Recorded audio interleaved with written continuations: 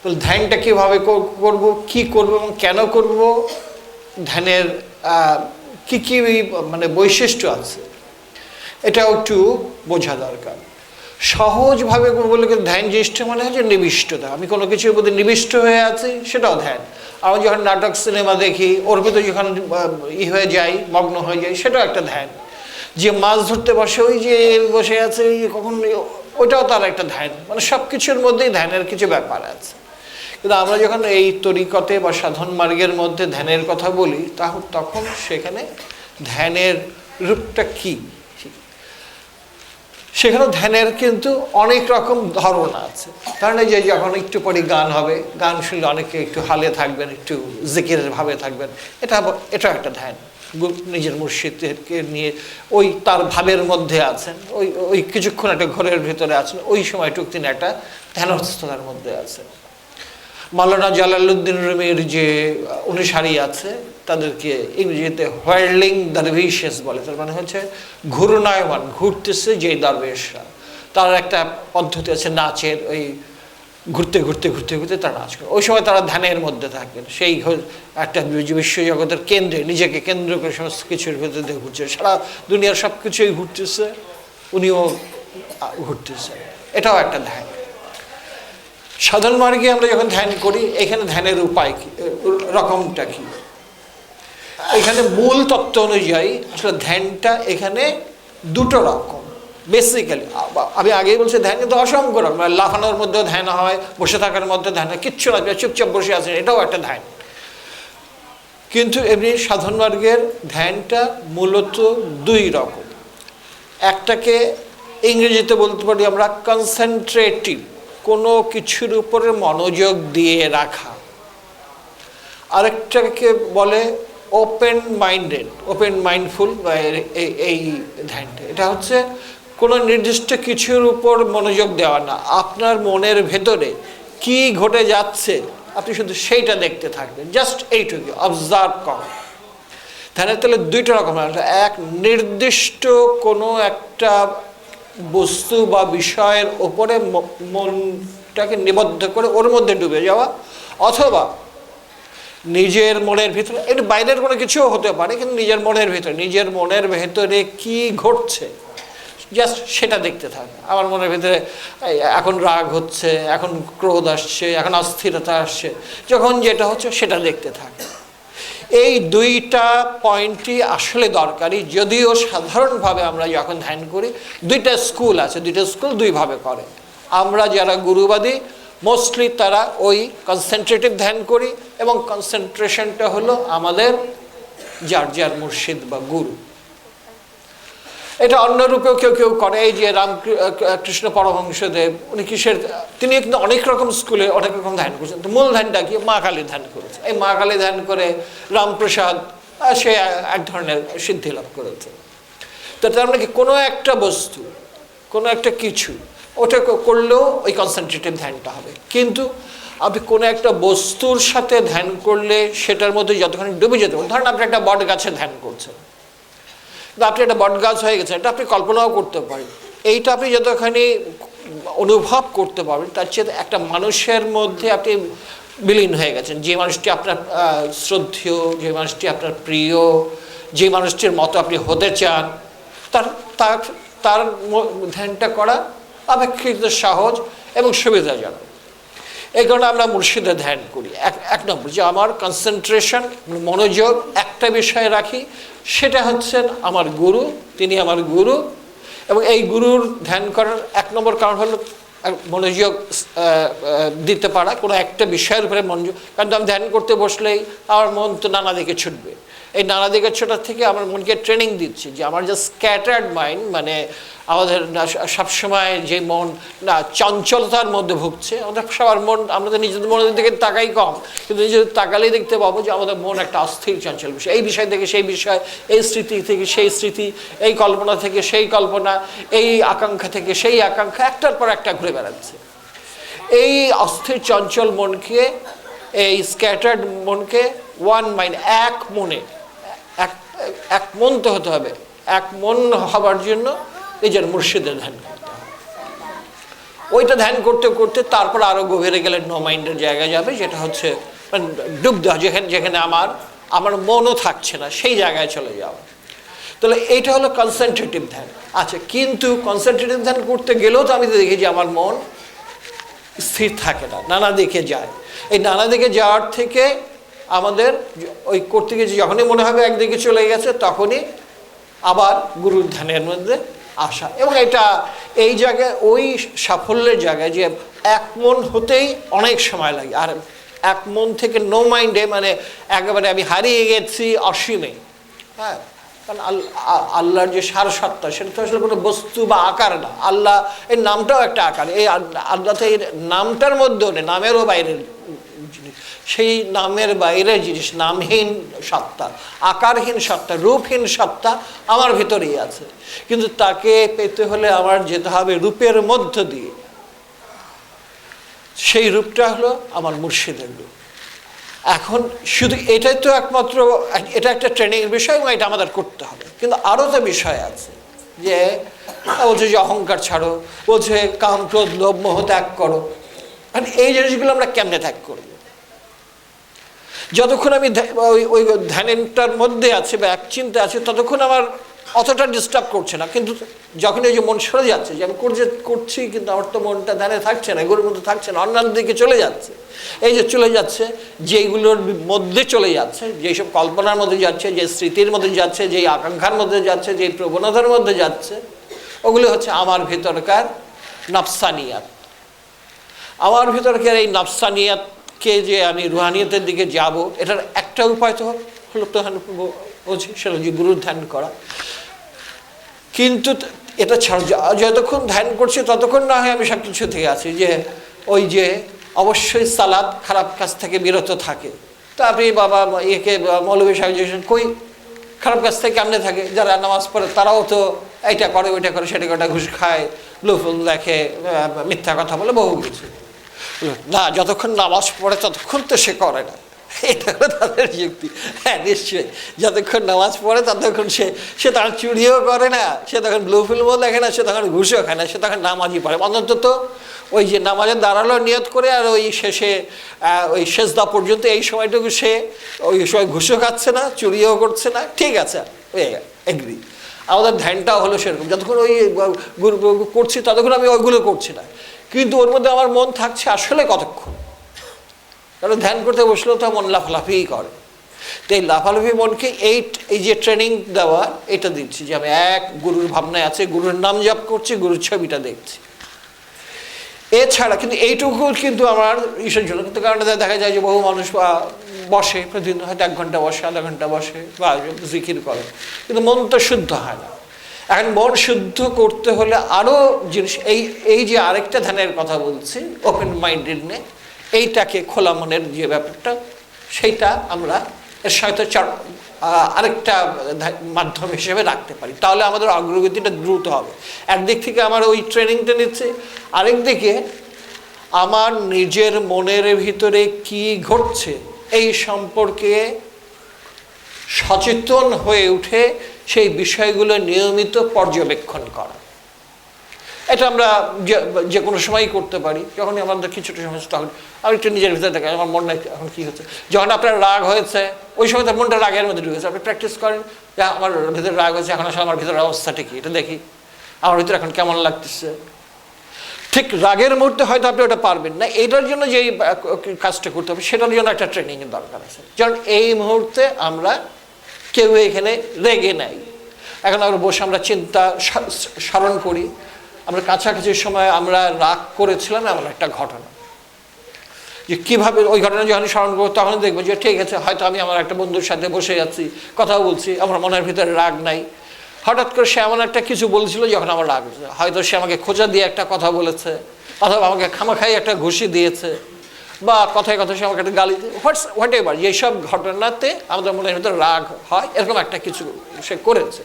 তা এখন আমি যদি চিন্তা করাটা শুরু করি, যেই অবস্থা আমার রাগ নাই, সেই অবস্থা থেকে আমার ভিতরে রাগটা তৈরি হলো ওই ঘটনার থেকে, তখন আমার কাছে কেমন লেগেছিল, রাগের সময় আমার তখন কেমন লেগেছিল, আমার ভিতরে কি হয়েছিল, আমার মনের ভিতরে আগুন জ্বলে উঠেছিল, আমার ভেতরে শরীরের ভিতরে আমার পেটের দিকটাতে গরম লেগেছিল, আমার মাথার ভিতরটাতে একটা চক্র দিয়ে উঠছে, আমার গলার স্বর বেড়ে যাচ্ছে এবং অনেক অনেক এই এই এই জিনিস, ওগুলো পর্যবেক্ষণ করেন। এই এই এই জিনিসগুলো আমার ভেতরে কাজ করে। আমি একটা রাগ দিয়ে বুঝলাম, কিন্তু সবগুলোই তাই, কাম, ক্রোধ, লোভ, মোহ, যতগুলি বিষয় আছে আমাদের মনে, যা যা বিষয় ঘটে, ভয়, হ্যাঁ, ঘৃণা ইত্যাদি ইত্যাদি, এই এই এই তার পরিমাণ অনেক বেশি হবে না, 10-12টা হবে হয়তো।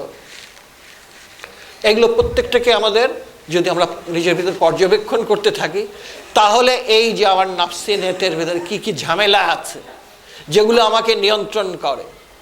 হ্যাঁ, আমার মনটা আসলে, মন হলো একটা শূন্য আকাশ।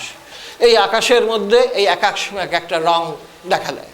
এই রঙগুলো হলো এই আমার আবেগ, আমার প্রবৃত্তি, হ্যাঁ, আমার চিন্তা, আমার এই এই এই সব জিনিসগুলো। আমি যদি এই প্রত্যেকটি জিনিসের সঙ্গে যত সচেতন হতে থাকবো, সচেতনতাই হলো, এই অ্যাওয়ারনেসটাই হলো আমার এই ঝামেলাগুলো থেকে মুক্তি হওয়ার একটা পথ।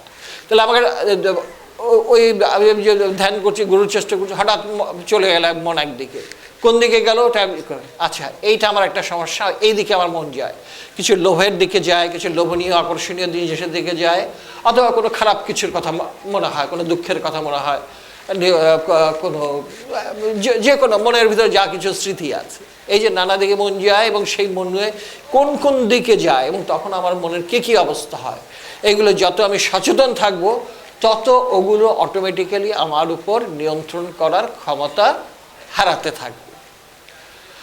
তারপরে কি আমি এইগুলো করেও পারছি না, তখন কি করবো, ওই যে আমার গুরু ধ্যানের চর্চাটা আমি করছি, ওটা আমি যতদূর করেছি, কারণ এই অবস্থা আমার মন দিচ্ছে, ওই কিছুক্ষণ চট করে গুরু ধ্যানের দিকে চলে যাবে। আমি যতক্ষণ পর্যন্ত আমি গুরু ধ্যানের মধ্যে পেরেছি, এই দুইটা পদ্ধতি যদি আমরা মিক্স করে করতে পারি, তাহলে এটা আমার ব্যক্তিগত অভিজ্ঞতা থেকে আমি দেখেছি যে আপনাদের অগ্রগতি, আমাদের অগ্রগতি আরও বেশি হবে। একদিকে মন কনসেন্ট্রেট করা, সব কিছুর থেকে ছেড়ে একদিকে নাও, সে একদিকে হলো আমার গুরুর দিক, আমার গুরুর সুরত মোবারক, হ্যাঁ, তার রূপ, এবং তার সাথে একীভূত আমার এই শরীরের ভিতরে আমি না, এই আমার গুরু আছে, এটা নিজের উপর আরোপ করে না, এই হাত আমার না গুরুর, তো এই হাত দিয়ে যা করে সেটা গুরুই করেন। তাহলে গুরু কি কোনো খারাপ কাজ করতে পারেন? এই চোখ দিয়ে আমি দেখি না, গুরু দেখেন, তাহলে আমি কোনো খারাপ দিকে নজরটা দিতে গেলে তো গুরু দেখছেন, গুরু দেখলে তখন আমি সচেতন, আমার গুরু তো এটা করতে পারেন না। এটা হচ্ছে যে নিজের উপর, শরীরের ভিতরে, মনের ভিতরে গুরুকে আরোপ করা, এবং নিজের ওই দর্শনটা, অন্তর্দর্শন, চোখের ভিতর দিয়ে আমি আমার গুরুকে দেখছি। এবং এইখানে কি গুরুর সাথে প্রেমের সম্পর্ক যত বেশি থাকে তত এইটা ভালো করা যায়। কারণ কি, আমি যদি একটা মেয়েকে ভালোবাসি, বা একটা মেয়ে যদি একটা ছেলেকে ভালোবাসে, তাকে ধ্যান করে স্মরণ করতে হয় না, এমনি তার মনে বারবার সারাক্ষণ আসে। সুতরাং আমার গুরুর প্রতি যদি আমার প্রেম, ভালোবাসা, ভক্তিটা অনেক বেশি থাকে, তাহলে তার কথা আমার বেশি মনে পড়বে, তাকে মনে করাটা আমার জন্য সহজ। আর আমি তো আমার গুরুর মতো হতে চাই, গুরু তো আমার উচ্চতর সত্তা, পরম সত্তারই একটা বাস্তব প্রতিরূপ। মানুষ ছাড়া তো আল্লাহর কোনো দলিল নাই, সুতরাং আমার সেই আল্লাহ মানুষ হচ্ছেন আমার গুরু। সুতরাং তাকে আমি স্মরণ করছি, তার মধ্যে আমি ডুবে যাচ্ছি।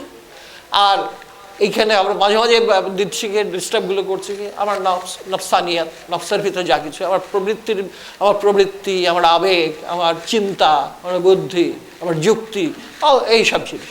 তো এই জিনিসগুলো একদিকে আমি চিনতে থাকবো এবং এগুলোকে নিউট্রালাইজ করতে থাকবো, যাতে এগুলো আমার উপর এই মাতুব্বরি আর না করতে পারে।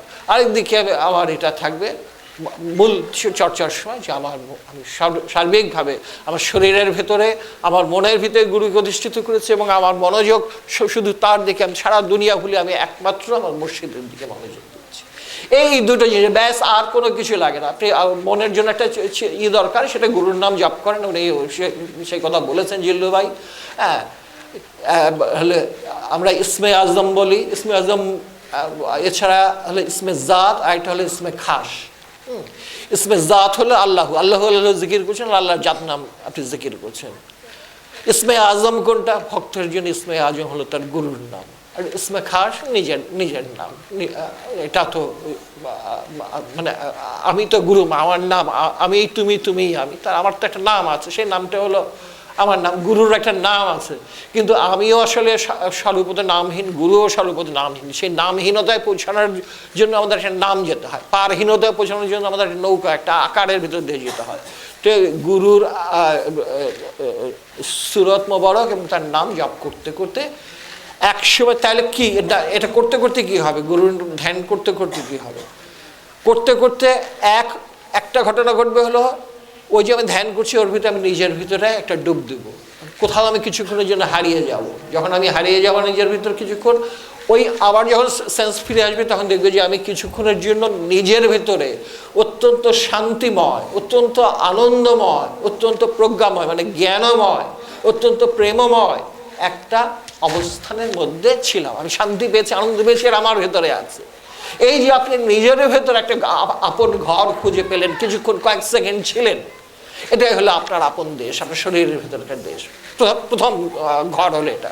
আপনি ধ্যানের, আপনি ওই যে গুরু স্মরণ করছেন, এটা কিন্তু আসলে ধ্যান না, এটা জাস্ট আপনার প্রক্রিয়া, আপনি প্রক্রিয়ার মধ্যে আছেন। ধ্যান হলো তখন যখন আপনি কিছুক্ষণের জন্য নিজের ভেতরে ডুব দিলেন, এবং ওই ডুব দেওয়ার সময়টা আপনি অত্যন্ত আনন্দে, অর্থাৎ ওই সময় আপনি জ্ঞান অনুভব করছেন, কোনটা ঠিক কোনটা ভুল, কোনটা হ্যাঁ বুঝতে পারছেন না, ওই আত্মোপলব্ধির একটা অবস্থা হয়েছে। তখন আপনার প্রেম সমস্ত বিশ্বজগতের প্রতি আপনার একটা প্রেম জেগেছে। এই মুর্শিদের ধ্যান করতে করতে আপনি এই ঘরটায় গেলেন, মানে আপনি ধ্যানের প্রথম ঘরে গেলেন, আপনি আপন ঘরে প্রথম কক্ষে ঢুকলেন। এরপরে আর আপনাকে শেখাতে হবে না, এরপর আপনি নিজেই বুঝবেন যে আমাকে এইখানে ঘরটাতে আমি চিনছি, ওই জায়গায় আমার আবার যেতে হবে, আবার চেষ্টা করুন, আবার যাবেন। এভাবে করতে করতে ওই ঘরটা আপনার নিজস্ব হয়ে যায়, আপনি ইচ্ছে করলেই সেখানে যেতে পারবেন। যতক্ষণ ধ্যানে থাকছেন ততক্ষণ তো আপনি ওখানে যান। তা আবার দুনিয়ার জগতে যখন থাকেন তখন দেখা যায় যে সমস্যা, তখন কেউ একটা কথা বললো আপনার গায়ে লাগে, কেউ সে ঘুষ চাইলো, আপনার মেজাজ খারাপ হচ্ছে, ইত্যাদি ইত্যাদি। এইসব সময় তখন আবার একটা প্র্যাকটিস করতে হবে যে আমি যখন জাগ্রত থাকছি, আমি যখন দুনিয়ার মধ্যে থাকছি, তখনও যেন আমার ওই শান্তির ঘরটাকে আমি আমার সাথে সংযুক্ত রাখতে পারি। এটার ফাঁকে ফাঁকে আপনি চেষ্টা করেন ওইটা স্মরণ করতে, সেই ঘর, এই স্মরণটা করতে করতে তখন দেখবেন আপনি জাগ্রত অবস্থাতে আপনি আপনার মুর্শিদের সেই জায়গাটাকে আপনি করতে পারছেন, আপনার ওই ঘরটার আপনার সঙ্গে যোগ হচ্ছে। আরও ভেতরে গেলে যেটা হবে, আপনি যে মুর্শিদের ধ্যান করেন, একটা রূপের ধ্যান করেন, তো রক্ত মাংসের একটা মানুষের শরীর দিয়েই আপনি ধ্যান করেন, কিন্তু ধ্যানের একটা পর্যায়ে বুঝতে পারবেন যে যেই রূপটার ধ্যান করছেন সেই রূপটা কোনো জাগতিক রূপ নয়, এটি একটি নূরময় রূপ, এটি একটা আলোকিত রূপ, সেটা আপনি স্পষ্ট অনুভব করবেন। এবং আপনার মুর্শিদ যে এই যে নূরে মোহাম্মদের প্রকাশিত রূপটি, এটা আপনি বুঝতে পারেন। এটা বোঝা মানেই হলো আপনি নূরে মোহাম্মদের সাক্ষাৎ পেলেন, এবং তখনই আপনি এটাও দেখবেন যে এই রূপটা আপনার নিজেরও, অর্থাৎ ওই আলোকিত মুর্শিদের যে রূপ আপনার নিজেরও সেই রূপ। এই হচ্ছে মুর্শিদের ধ্যান থেকে আত্মতত্ত্বে যাওয়ার কারণ। মুর্শিদের ধ্যান করতে আত্মতত্ত্ব কোথায়? আত্মতত্ত্ব ওইখানে যখন আপনি ধ্যান করতে করতে মুর্শিদের ওই নূরময় রূপটা দেখবেন, তখনই আপনি বুঝতে পারবেন যে আপনি নিজেও সেই নূরময় সত্য। এটাই গুরুর ধ্যানের ভেতর থেকে আপনি আত্মতত্ত্বের দিকে গেলেন, মানে গুরুর রূপের ভেতর থেকে তার ভেতরকার রূপটি যখন দেখলেন, আপনি তখন নিজের স্বরূপটাও দেখলেন যে আমি এক নূরময় সত্তা, যেটা নূরে মোহাম্মদী। আর নূরে যে ফানাফির শেখ হয়ে আপনি ফানাফির রাসূল হলেন যখন নূরময় হলেন, আর নূরে মোহাম্মদী মধ্যে এটা আসার আল্লাহরই নূর। তার মানে আপনার সেই জায়গাটা আপনি অন্তর্গত, সেই জায়গাটা, এই ঝিলিকটা আপনি এই জায়গাটা যখন আপনি পাবেন, তখন আপনি দেখতে এখন যে রূপ আছেন সেই রূপই থাকবেন, সাধারণ মানুষের চোখে আপনি সেই রূপই থাকবেন। আপনার ভেতরটা জানে যে আপনি কী হয়েছেন, এবং আপনার ভেতর থেকে রেডিয়েশন যেটা হবে, যে ওইটার দেখতে পায় সে দেখবে যে হ্যাঁ আপনি বাইরের একটা এই রক্ত মাংসের খাঁচা হলো, আপনার জগৎ অন্য হয়ে গেছে, আপনার ভেতর দেশটা বুঝে যাচ্ছে যে আপনি আর সাধারণ মানুষ না।